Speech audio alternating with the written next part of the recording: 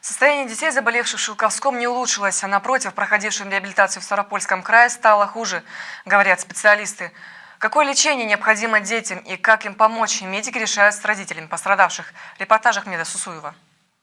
В Ставропольской больнице детей Шелковского района не вылечили. Обе группы, направленные в клинику пограничных состояний, вернулись домой. Лучше им не стало. Люди говорят, что наоборот стало хуже. Теперь во время приступов у больных течет кровь из носа. У тех, кого в Ставрополь не возили, такого нет. Первую группу в Ставропольскую клинику повезли на Новый год 31 декабря. 18 числа их заменила другая группа. Здесь их состояние улучшилось, количество приступов сократилось.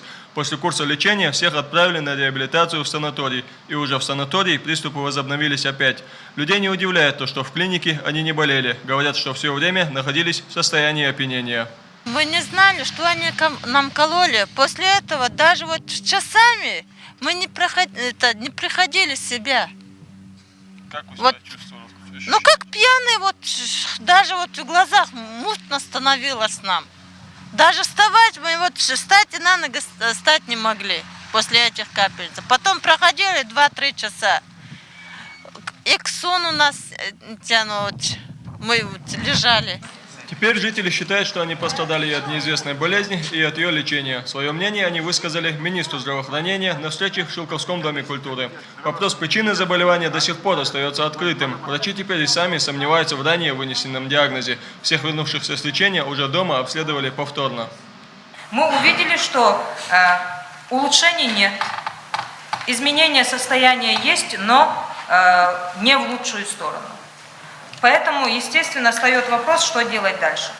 Директор Ставропольской клиники Игорь Боев в телефонном разговоре называть методы лечения не захотел. Как он сказал, чтобы мы не искажали истины. В возобновлении приступов у больных в санатории он обвиняет журналистов. Все говорил, что из его больницы всех выписали здоровыми. Я еще раз говорю, что 1 числа было 50 приступов до всех судорожных, а 10 было 2-3 приступа в день до всех.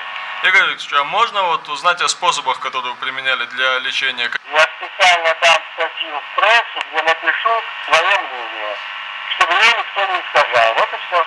Сейчас больных в Шелковском районе заново осматривают врачи. Предпринимаются новые попытки установить причину болезни. Повторно обследуются и школы. Мы решили вместе с Министерством образования, с МЧС и Роспотребнадзором провести повторное изучение ситуации, было ли внешнее воздействие.